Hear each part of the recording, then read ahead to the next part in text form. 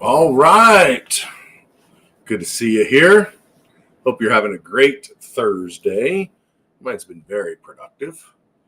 Lots of work done. Getting ready to go to Las Vegas tomorrow morning, even though I was there all last week. Going there tomorrow because my daughter is graduating nursing school tomorrow. So she's getting pinned tomorrow, and then she has her walking ceremony on Monday. So very busy day today for me. I hope your day was very productive. Anyway, let's get started. If you have any questions about credit that you want answered tonight, now's your chance. If you have any questions regarding personal finance, business credit, or taxes, or investing, now's your chance. So I know I see a couple people on here. Good to see you. I'm looking over here at the screen, and let me move it this way. So when I look at your comments, it doesn't really matter. I thought if I moved to this other monitor, it would look like I wasn't looking away from you. So I'm just reading it. So anyway, today's your chance to ask me anything you want regarding credit. Starting next month, the bi-weekly coaching calls will actually have a syllabus where I will go over a particular subject every call. And I used to do it like that. And then once we got, several thousand clients, we got so many questions during the day and during the week that when I would do the weekly call, I had plenty of things to talk about. Now that Fortress University, all of my courses, everybody seems to be logging in and using them. I don't have a lot of questions from people. So starting in June, these calls will be planned out, and it'll be on a specific topic. And you will know up front what that topic is for the next 8 weeks. So I'm going to lay that out for you.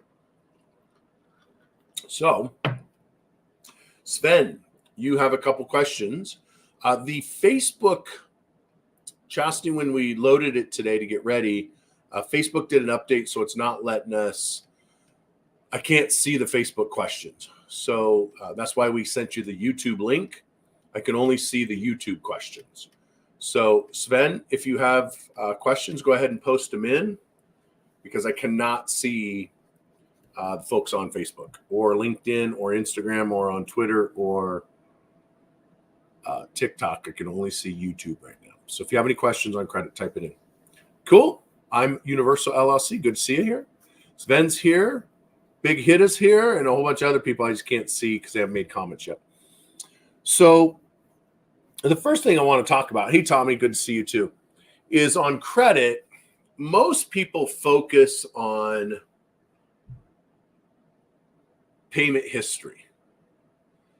And when they hire us, that's generally what they say. It's like, hey, my credit's bad. I want to buy a house. I want to increase my credit score. And I got a couple late payments. Not my fault, kind of thing. And whether it's your fault or not, we really don't care. I mean, it doesn't make any difference to us unless it's identity theft. That's about the only time, unless it's identity theft or if the bank made a mistake and you have proof that they made a mistake. So I'll give you an example. Had a client reach out to me day before yesterday, had a loan with a side-by-side, paid off that loan a year ago, decided a few months ago to buy a new one, and went to the same dealership who had the same financing with the same bank. And so we got a new side-by-side, started making payments, and they applied the payments to the loan that was paid off and then reported him late. Soon as he got notified he was late, he made another payment.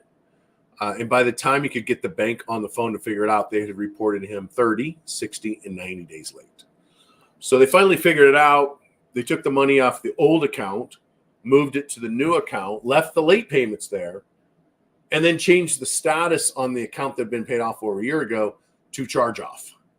Like that, there's so many things went wrong with that. And most likely he's going to get, if they don't correct it immediately, he'll probably end up getting $5,000 to $10,000 because he's not trying to get a bunch of money, but that's basically what the fines are going to be.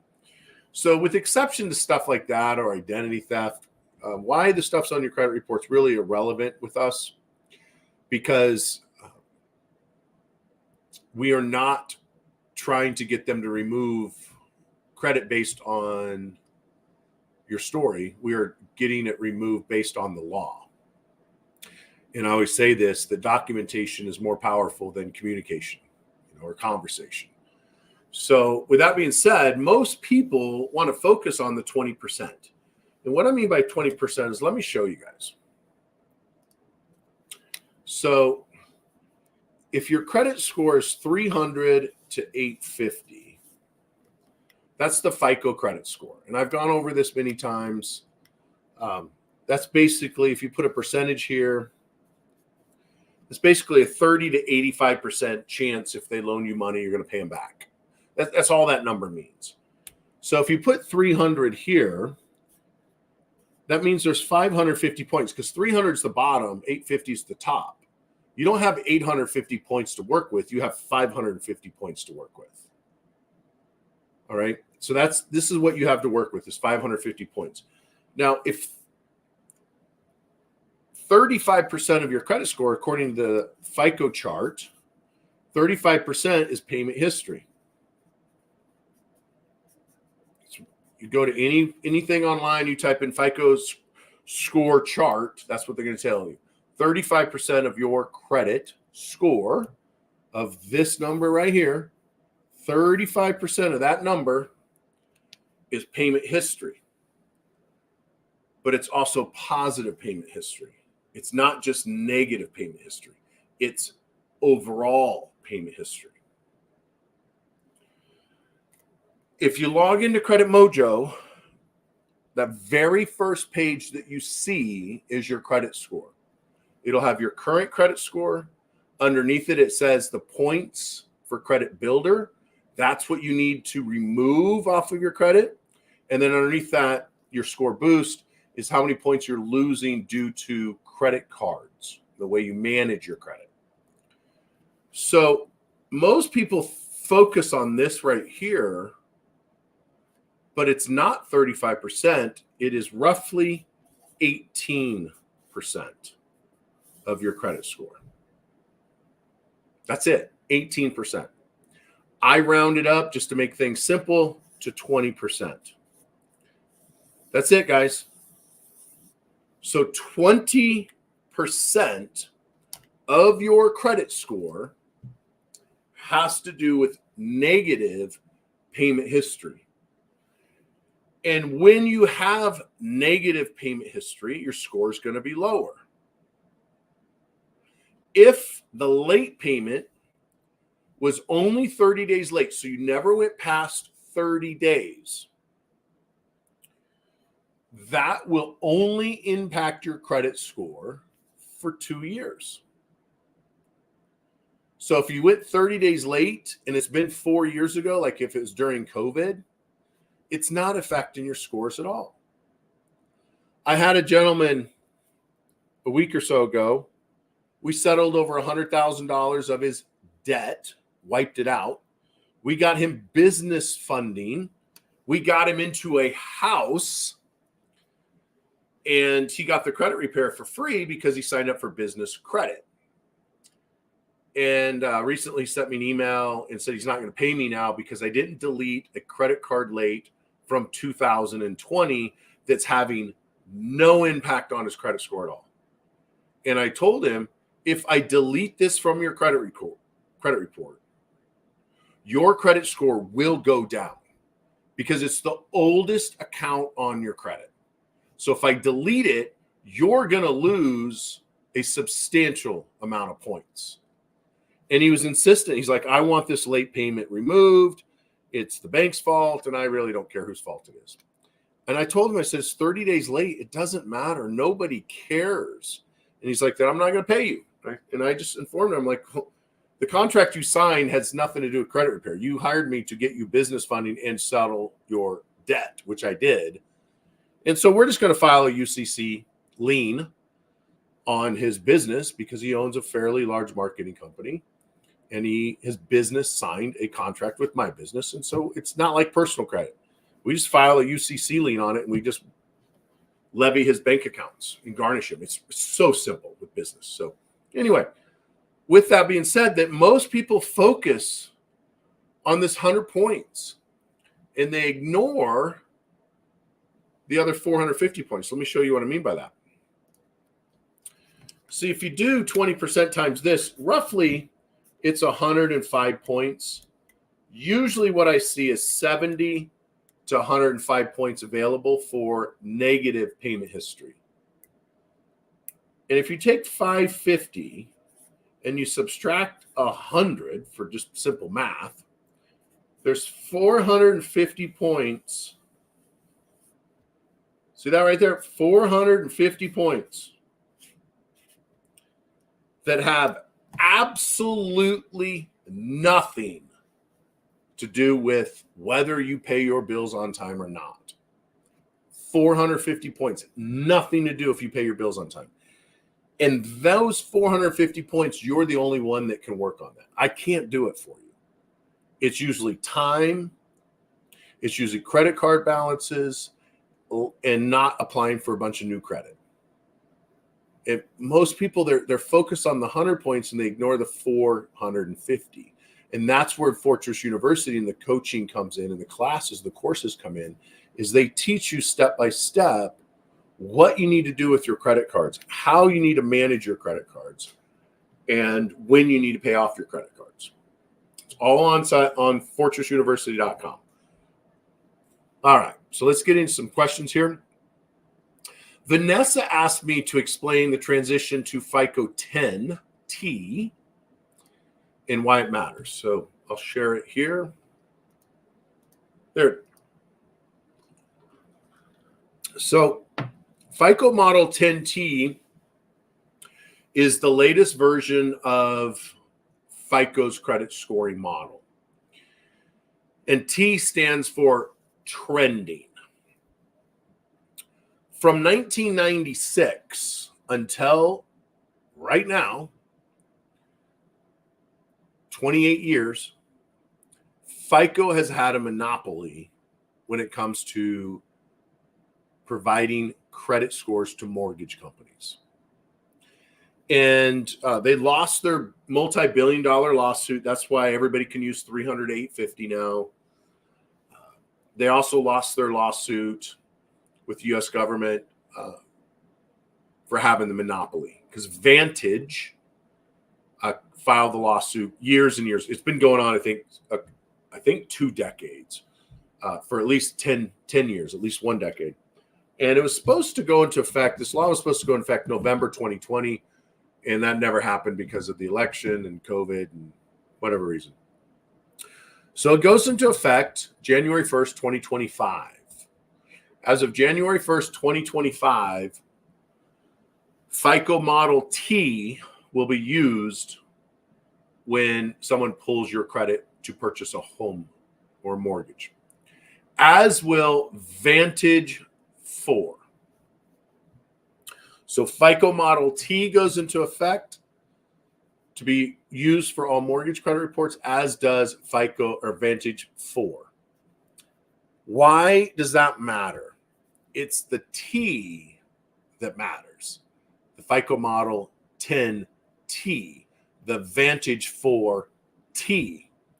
Why that matters is it's trending data. It's going to be extremely important if you are wanting to buy a house sometime next year. If you want to buy it between now and the 1st of next year, you're fine. But if you are going to buy a house January 1st of next year or beyond, you need to significantly reduce the amount of credit cards you use.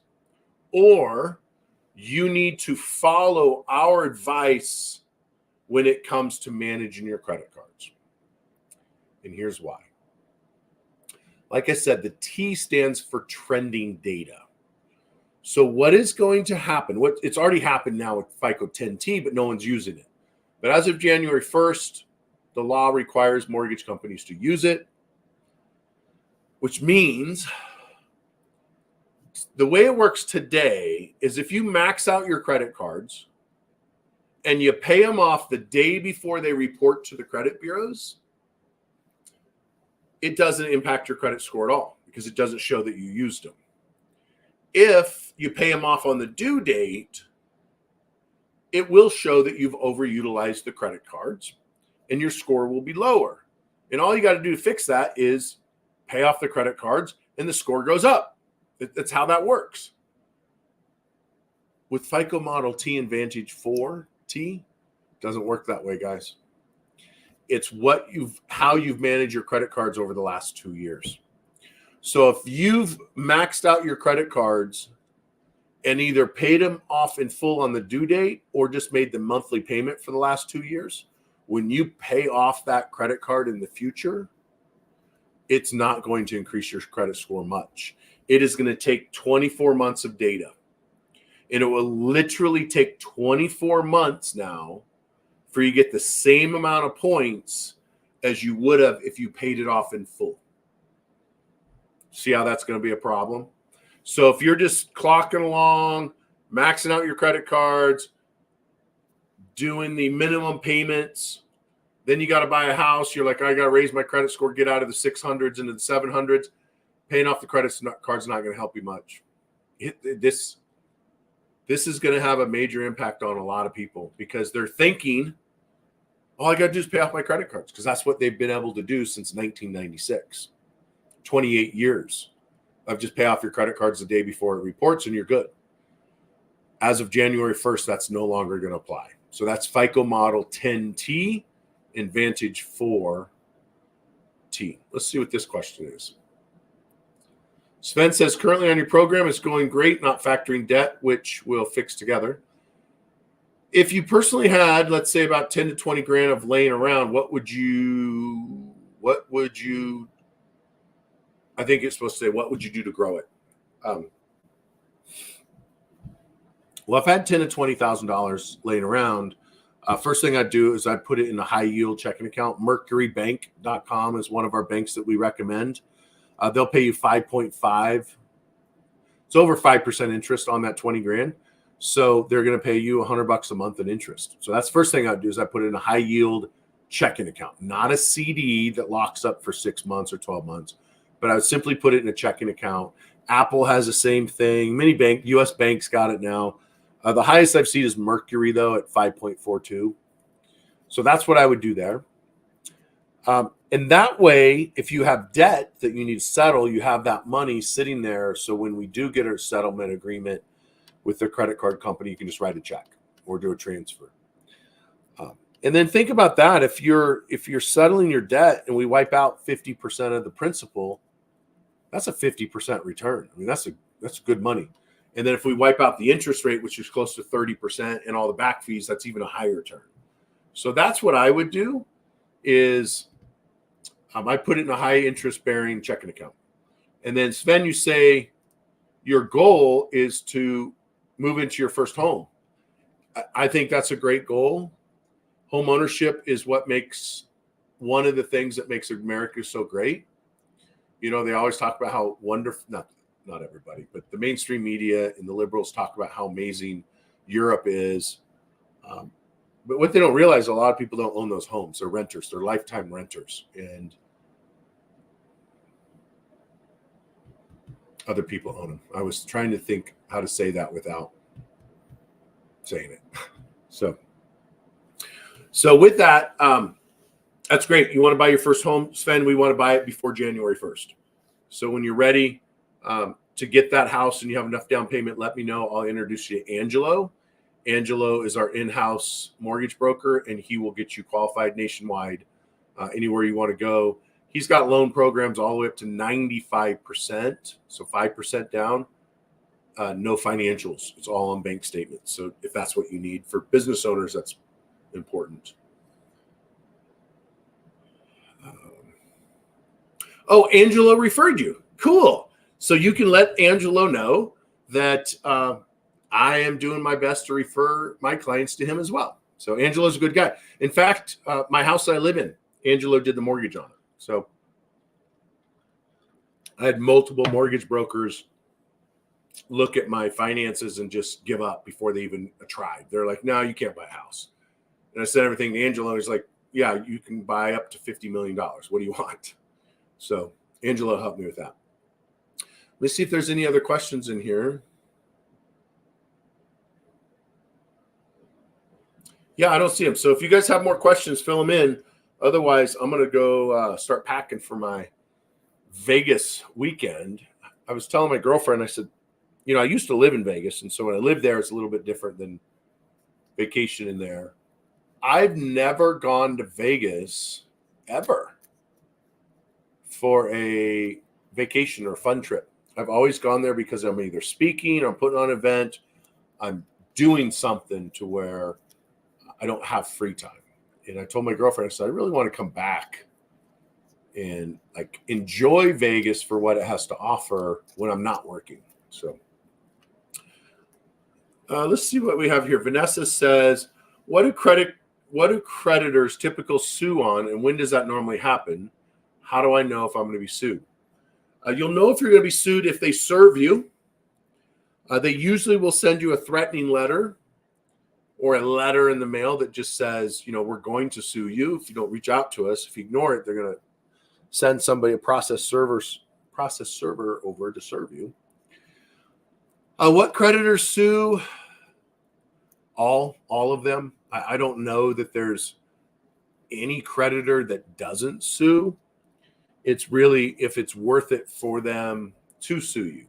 So if you rack up a $2,000 credit card and you never pay them, and 5 years has gone by and you still haven't paid them, and they've destroyed your credit and you still haven't contacted them, they're probably not going to sue you, especially if it's after the 4-year statute of limitations.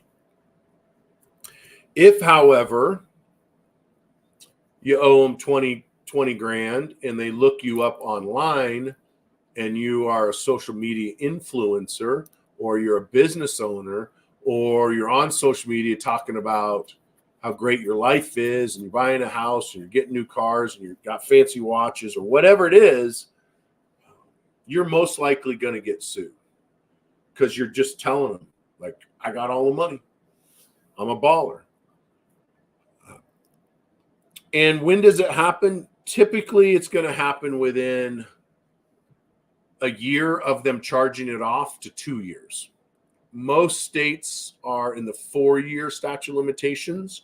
Some are in 6 months, some are in 8 years. So it really depends on the state you lived in when you applied for the credit card or the loan.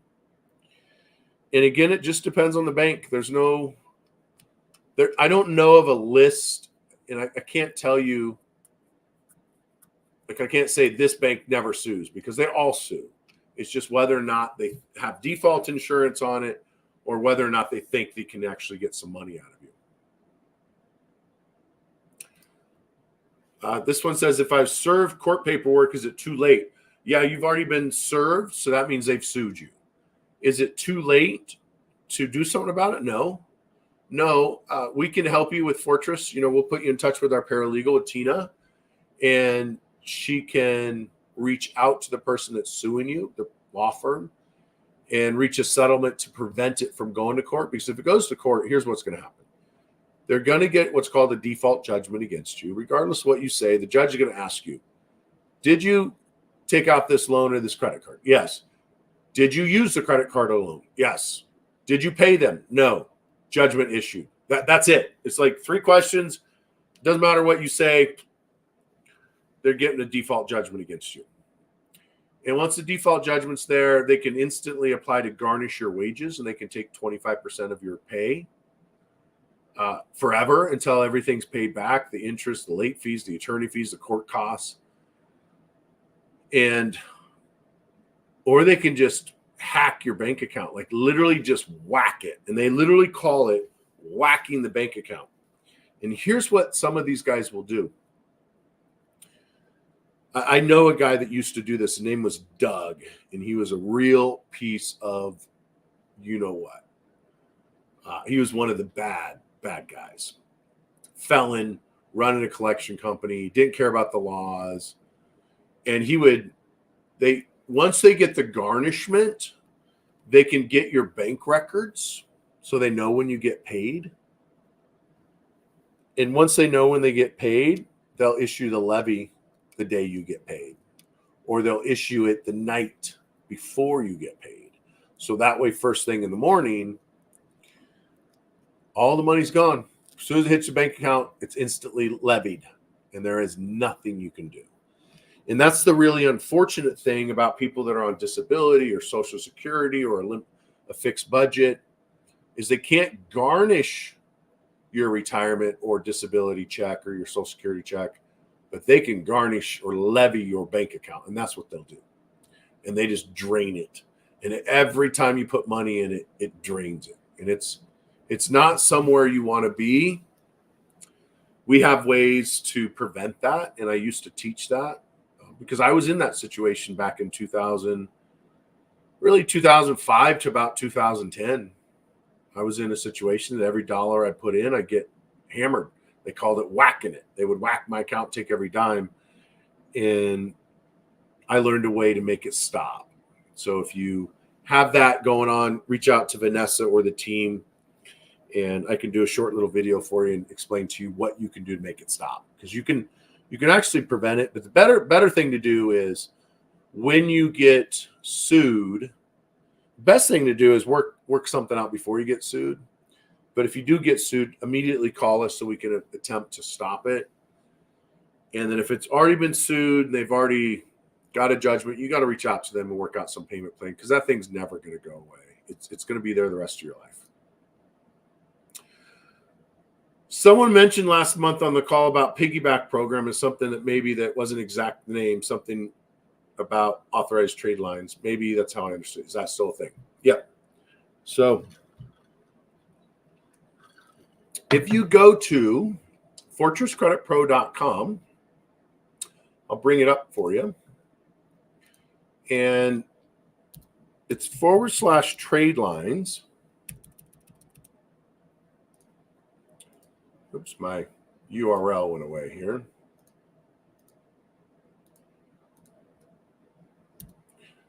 It was automatically saved in there. So let's see if I can. Let's do this one. And let's bring something. Let's present this. Share screen. Open settings. This is a new computer, so I got to. I don't know if it's going to let me share it because it wants me to quit, but maybe. Oh, here it is. Yeah, it's working. So fortresscreditpro.com /trade lines. Here's where you can buy your trade lines, guys. These are authorized user accounts. These are previous and past and current credit cards that are owned by. These are credit cards owned by previous, past, and current credit repair clients. So the way it works is, let's say that you need a 4 to 5 year old credit card added to your credit report with a $10,000 credit limit. You would buy this gold program, and depending on the day of the month that you buy it, it could be on there within 24 hours. It could be on there it's a couple weeks. So this credit card that shows up right here, that would show up that you had that credit card for 4 to 5 years with a $10,000 credit limit. If you buy like the platinum or the titanium, I think someone bought one of these from me yesterday, over $20,000 credit limit, 4 to 5 years of utilization, which means, and most likely it's going to be 10 years of history and over 20,000, because I know what credit cards those are. And most of those credit cards are over 10 years old. So if you buy one of these, this shows up on your credit report.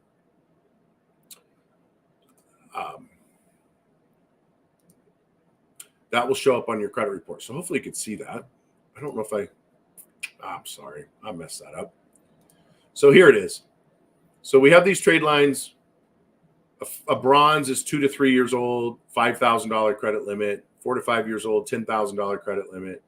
These ones here are going to be 7 to 10 years old or longer because they're $20,000 credit limit. So if you bought this titanium, like I was saying earlier, that credit card is going to show up on your credit report as if you've had a $20,000 and these ones are $40,000 and $50,000 credit limit cards.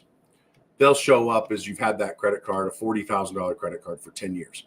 That can have a very large impact on your credit score. So if you want more information on that, you can call in tomorrow, or you can just go to fortresscreditpro.com/trade lines and work on it. Mike Mitchell says, I'm filing Chapter 7. Any advice? So much advice. One is, why are you filing Chapter 7? Do you have to file Chapter 7? Because most of the time, you don't need to file Chapter 7. Looking at your picture, you don't look like an elderly person, so you're probably better off with debt settlement. But if you're filing Chapter 7, my advice to you would be to immediately enroll, which if you're on this call, you're already enrolled in credit repair. So you're going to have to re-enroll with us, because when you file bankruptcy, it's going to include us. And so the program you have will, by law, will be canceled. As soon as we get notified, we will cancel your account and you will have to re-engage with us. So my recommendation is, as soon as you file, immediately notify us.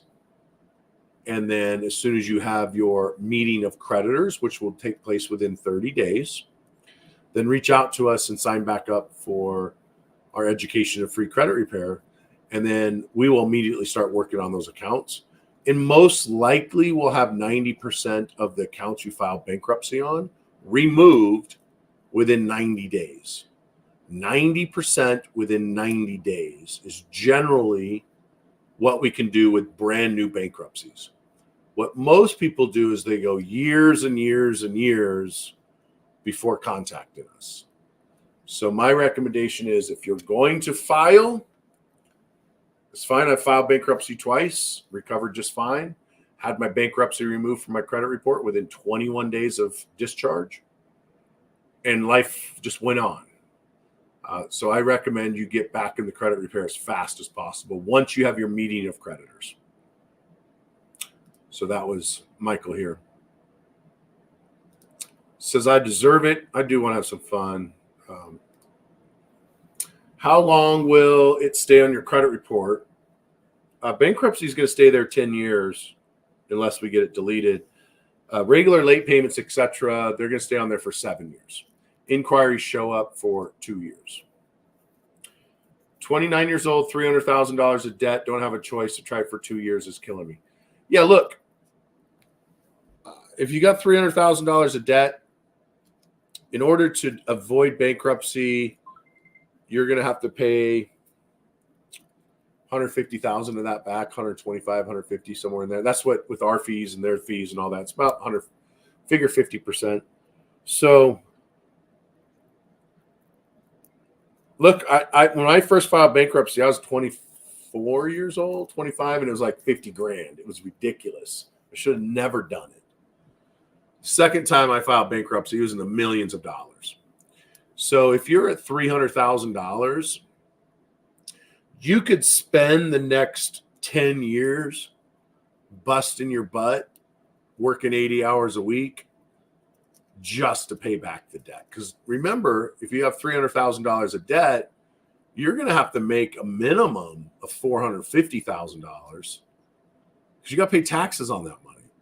So you're going to have to make $450,000, $500,000 to just pay back the debt. So with that much debt, I probably would file bankruptcy. You know, it's just, I don't like just blanketly recommending. I see it all the time. People, I talked to someone the other day. I'm like, why'd you file bankruptcy? He's like, well, I had $3,000 worth of debt. I'm like, it was like $1,500 to file. He's like, no, it was $1,800. Like, why in the hell would you file bankruptcy on $3,000? I mean, and pay $1,800 to the attorney. And he's like, well, the attorney said I should do it. And that sometimes that'll happen. You'll get attorneys that want to file bankruptcy. So, but if you got 300 grand, 29 years old, it's a good start. Just make sure you reach out to us as soon as you have your meeting of creditors. How do I know to file BK versus debt settlement? Yeah. So when it comes to filing bankruptcy, it really comes down to is what is the likelihood of you being able to pay back that debt? I mean, you borrowed it, you used it, you should pay it back. But if you can't, then you got to be responsible and file. I know so many people that got EIDL loans, EIDL, those were the COVID loans for the businesses that they shut down. The government, that's who they is.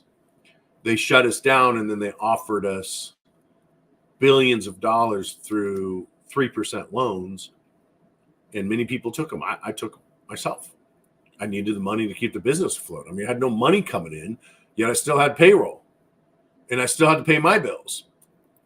So I understand there's no judgment whatsoever on if you file bankruptcy or not. I filed twice. It's just whether or not you should. So I met with a lady just last week that actually, no, it was this week. It was Monday. She makes about $200,000 a year and has $160,000 of credit card debt and a business that's growing. And I told her, I said, you shouldn't even think about filing bankruptcy because we could settle this credit card debt for less than $100,000. You could have it paid off in a year. So really, how do you know if you file is could you pay off 30% of that debt over the next 3 years if it was at 0% interest? That really is probably the equation.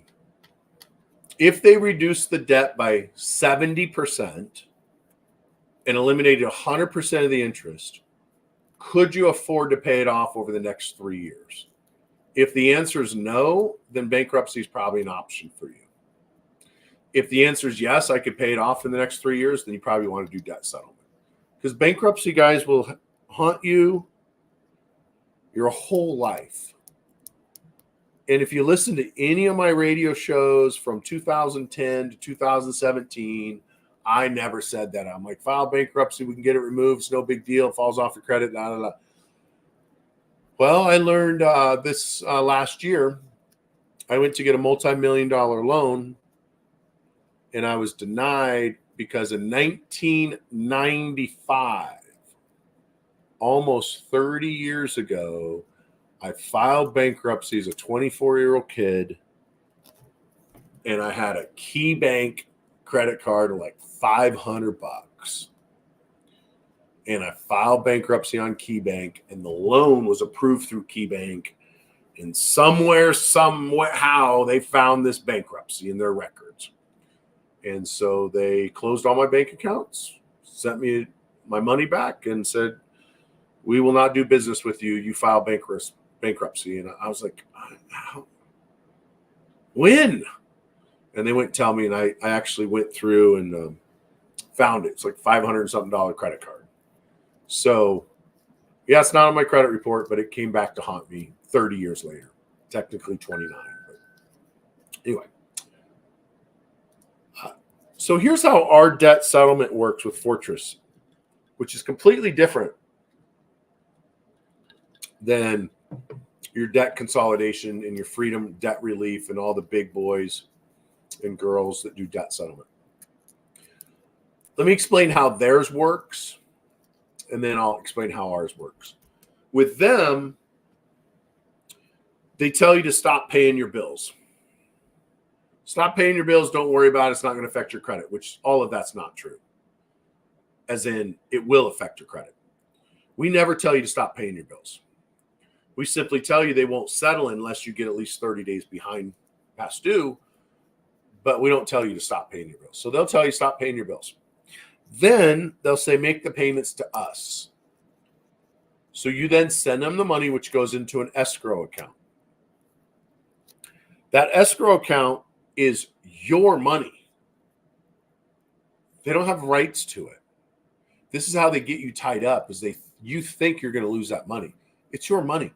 All you got to do is cancel the contract. They have to send you back your money within so many days. So they'll tell you to stop paying your bills. Instead, pay $500 a month to them. You pay $500 a month, and then they let you get sued. And then once you get sued, they then negotiate out of a position of weakness, and they'll save you 10%, maybe 20%. And when it's all said and done, you end up paying the same amount of money as you would if you just paid the credit card company, and you end up with horrible credit. That's how the rest of the industry works. Here's how we work. You meet with my paralegal. We go over the debt that you want to settle. We come up with a price. We charge 20% of what we delete, or 20% of what we save you. So if you have $10,000 of credit cards and we wipe out $9,000 of it, so you only have to pay back $1,000, you pay 20% of what we saved you. After we save you the money. So you don't put any money in an escrow account with us. You don't give us any money. We literally go and work on your behalf, get the debt settled. Once we have it in writing of the terms and conditions of the settlement, you then pay us. That's how ours works. And then on top of that, we often put in there in our settlements verbiage that allows us to get that item removed from your credit report once it's paid. So that's how we get it done.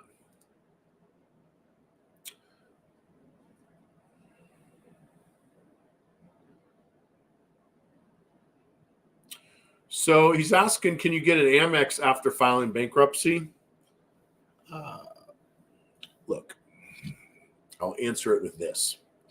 I have filed bankruptcy twice in my life. 1995 and in 2005. Both times I filed bankruptcy was on this card. American Express. And yet I have 2 American Express accounts now after filing bankruptcy. Then in 2019, I did a settlement with American Express. I got divorced. I had a $132,000 credit card bill that I could not pay. It was due in full. I asked American Express to take payments. They refused. This is important. I asked them to take payments and they refused. If a bank ever refuses to accept a payment from you, it voids the entire debt. Let me repeat that. If a bank refuses to accept a payment from you, it avoids the debt. So I asked them July 2019 to accept a $10,000 payment from me. They refused. I documented it.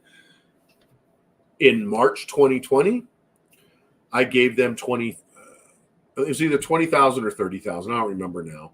But I saved over $100,000. And within 30 days, 1 month, I got 2 more American Express cards. So to answer your question, Michael, I don't know if they'll approve you or not, but they sure approve me and many other clients. Can you file for personal and an S corp? Yeah. So what's going to happen is you're going to file your Chapter 7 personally and then shut down the corporation.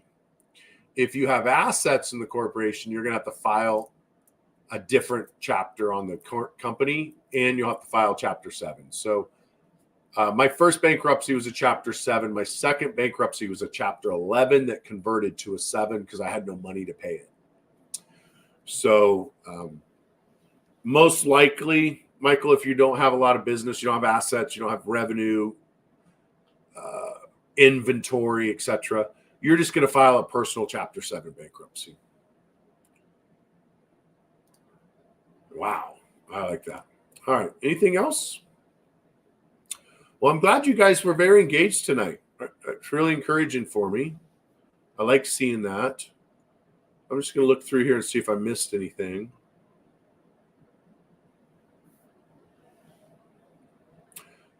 Yeah. So, Michael, if you file bankruptcy Chapter 7 and you'll have to shut down the corporation. If you don't shut down the corporation, then they can sue the corporation. So you just shut it down. It's gone. When you shut it down, you essentially kill it. Doesn't exist anymore. And then if you're going to do business, you just set up a new corporation. I like Wyoming corporations. I learned something really interesting last night. I haven't verified it yet. It was, if you set your LLC up as a partnership, taxed as an S corp, the chances of being audited are almost zero. And the reason for it is they were saying that out of the tens of thousands of IRS agents, less than 300 are certified to audit an LLC taxed as an S corp that's a partnership. And so it's not going to happen. It's just like they don't have anybody that's legally allowed to audit a partnership as of right now. So I don't know if that's true. The people that told me that are worth millions of dollars, and they were told that by their tax professional. I just haven't had a chance to ask my tax attorney if that's true or not, but I suspect it probably is. So Michael says, can I pick your brain more? Yes. If you go on to, you can either ask it here or forever hold your peace. Or you can go on my website, rondilambeth.com, and it is basically $200 every half hour to pick my brain because it hurts. So if you have a question, ask it here. If you don't want to ask it in front of everybody else, go to rondilambeth.com. And I'll show you where you go. I'll actually pull it up.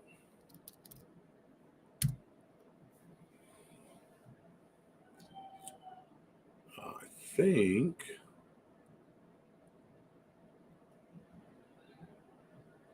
we just got a new website, which is really cool. It's rondilambeth.com/VIP. That should do it. Yep. So now I'll go here to StreamYard and I'll add the stage. So this is rondilambeth.com. And you can do a 15-minute phone call. You can do a 15-minute business call if you're already a business client. And if you want to pick my brain, it's $197. That will be the best $197 you ever spent. If it's not, at the end of the call, I'll ask you if you felt it was worthwhile. And if not, I'll give you back your money. I've never had anybody ever ask for their money back. So, and this is for business credit. So if you're a business credit client, so that's where it's at. Okay. So I'll remove that.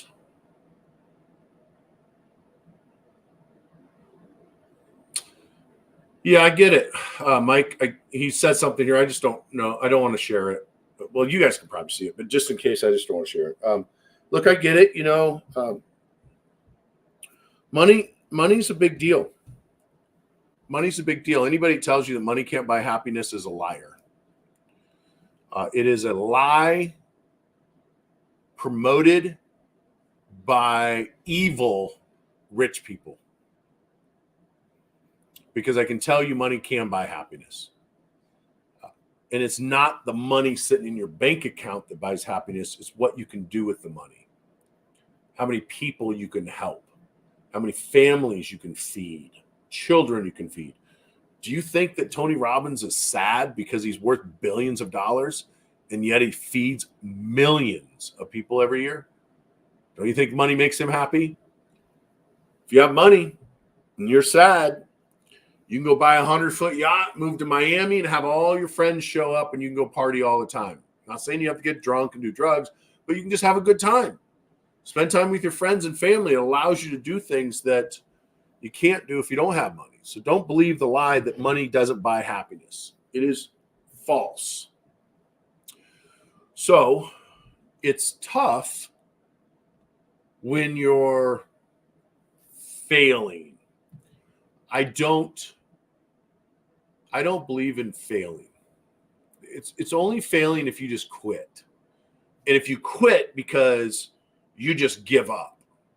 There are times that you should quit your business. If it's not profitable and it's killing you or it's making you fight with your significant other and you hate it, then just quit and go do something else. Life is too short. But if you got to quit and shut it down to do something else because it's not profitable, there's no failure in that. It's either winning or learning. That's it, guys. You either win or you learn. Yesterday, I had dinner with some of my friends. All of them are millionaires. Not that it matters, but it does kind of matter with what we're talking about now. And one of the guys asked another gentleman in the group a question. And they said, you know, what did that cost to learn that? And he goes, everything. Actually, that's not what he said. He said, if I had a nickel for every mistake I made, I would be rich. And then he goes, oh, I am rich. I do have a nickel for every mistake I made. Because that's how you win. That's how you learn. So it's either winning or learning. And I'm going to steal that. Someone asked me, if I had $1 for every mistake I made, I'd have millions of dollars. And guess what? I have millions of dollars. So I guess it paid off. All of those mistakes I made paid off. Because my mistakes allow me to stand here in front of you and hopefully be able to coach you through that process. God does not qualify the called, he calls the qualified, which means my mistakes, I am the absolute best person to coach someone who's facing the mistakes and the problems that I faced at one time in my life. Because I've gone through bankruptcy twice. I've had every single negative item that can be on a credit report. Every single thing. All of them. So when I see it on someone's credit report, there's no judgment whatsoever for me. Like, yeah, I've been there. That's how it is almost. I think every single person that works for me or with me has had credit issues, with the exception of one. And I think he was just too embarrassed and he didn't want to share with us. Because it just seems odd that he's working for a credit repair company and didn't have credit issues, because it's not. Most people don't do this business if they haven't experienced some type of financial trauma. So, Michael, you said it the right way. It's not starting over, it's starting from experience. And that's the big difference. And here's the thing. You're 29 years old.